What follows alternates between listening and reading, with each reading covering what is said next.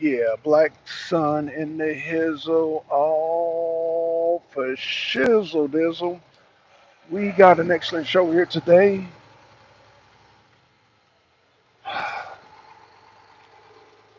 I was going to show you, let me see if I can show y'all something. Let me show y'all something. Let me show you guys something. And uh-oh, hold on. Let me switch it around. Can y'all, oh, y'all can't see that. Hold on. Y'all see that car right there?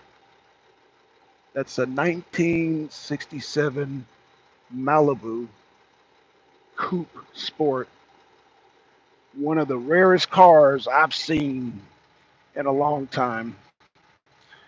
And I just talked to the guy who wants to sell it. And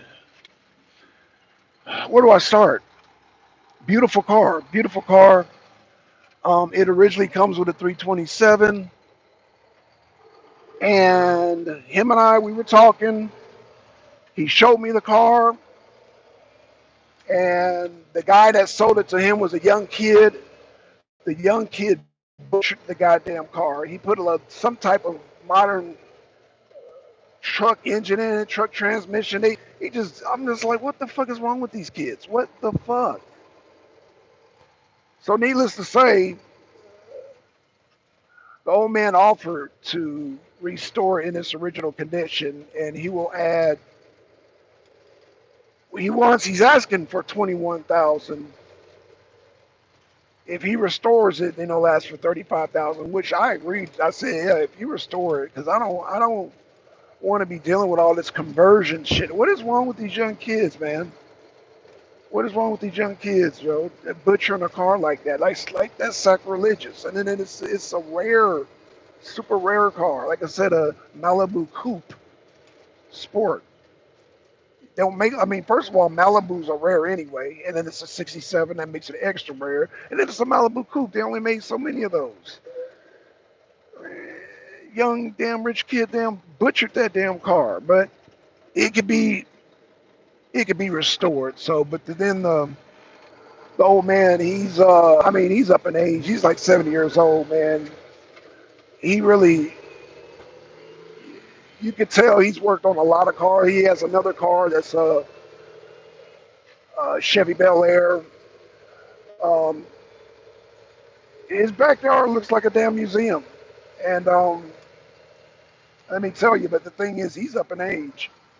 So that car, I don't know what the fate of that car is going to be, but realistically, I don't think he's going. Well, if he were to, and I wouldn't even want to put that pressure on an old man like that, but if he was to take that car and redo it, put a 327 or even a 350 in there, I would pay the extra money. But you know, um, I don't know. I don't know. I don't know. It's ooh, because I don't work on cars and I'm nowhere near his age, so I can imagine how he feels about it. Um, Working on cars was an old hobby that used to like to do back in the day, and it's something that I do want to get back into. But I, life. I don't know how a lot of these guys do what they do. Like I said, he's 70 years old, but he said he used to do this all the time. He used to buy cars, sell them, fix them up. Like I said, I've seen his backyard, and I, he's retired, but again, he's 70 years old. So I mean, realistically, I mean, I don't know if it's just cheaper to take it to somebody like, I got a friend, Christopher. He doesn't really like to,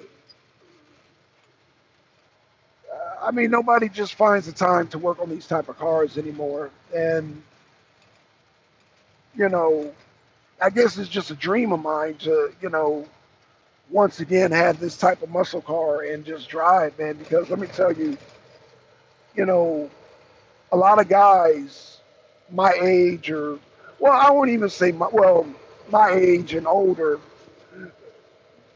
we like cars like that. You know, it's a very nostalgic feeling. You know, when you have one of those old muscle cars, man, and it's just, you know, it's. I keep saying you know, but unless you drive one of those things, it's something that you can. It's oh God, I'm all choked up. I can't even find the words to describe having a fully restored car like that. But again, it's the time. Like I said, where do I find the time? Where would he find the time? Where would even like my mechanic? Where would he even find the time? So what I'm gonna do is I'm gonna think about it. Um, because it's funny. The last, well, no, I ain't gonna say the last car. I've owned a Malibu before, and you know I didn't have a garage before, but now I have a garage to keep it in. Um,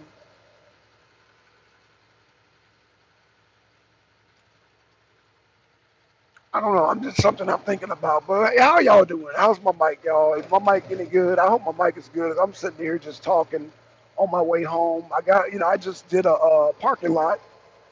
Only did 2 loads. I knew it was going to be a short job, but um,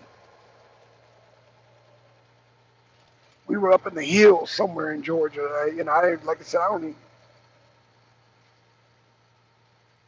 we were up in the hills. Let me just say that much. But like I said, I was coming home. I seen the car passing this morning, and so when I got off, I had plenty of time. Like I'm off, right? And so I had and saw the car, the Malibus. Like I said, '67 Malibu. Y'all look it up. It's those cars are Malibu Coupe Sport, super rare, super rare.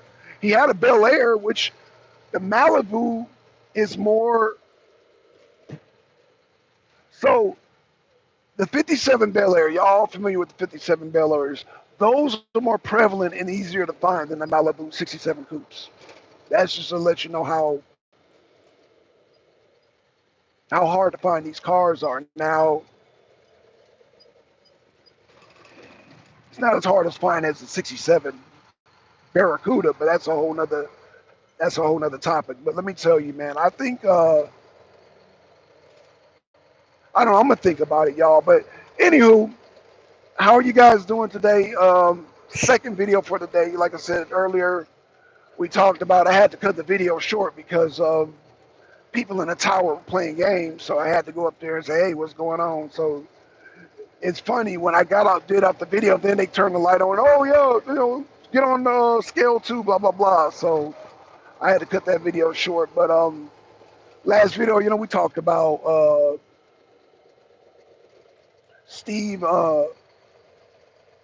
Witkoff, Steve Witkoff and Putin and their relationship and how uh,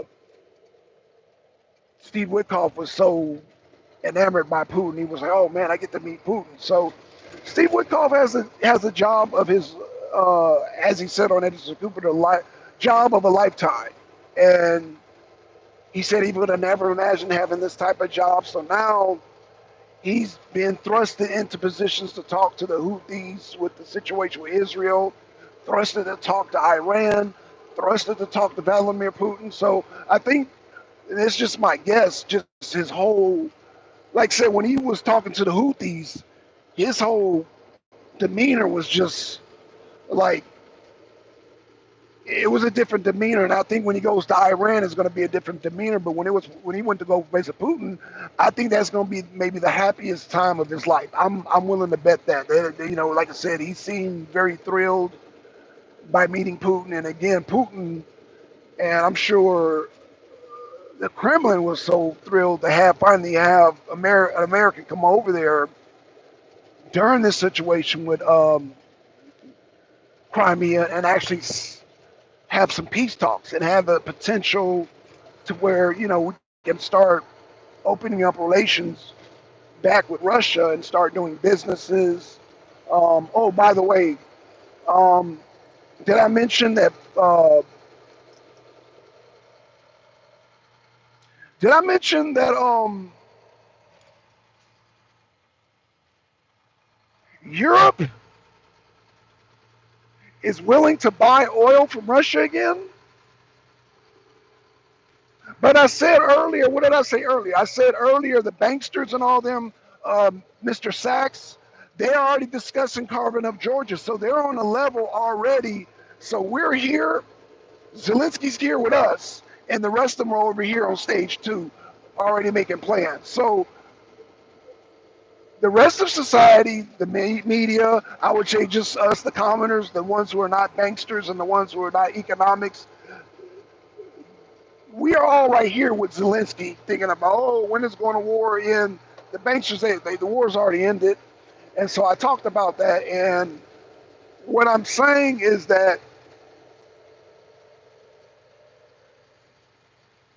now you have Europe.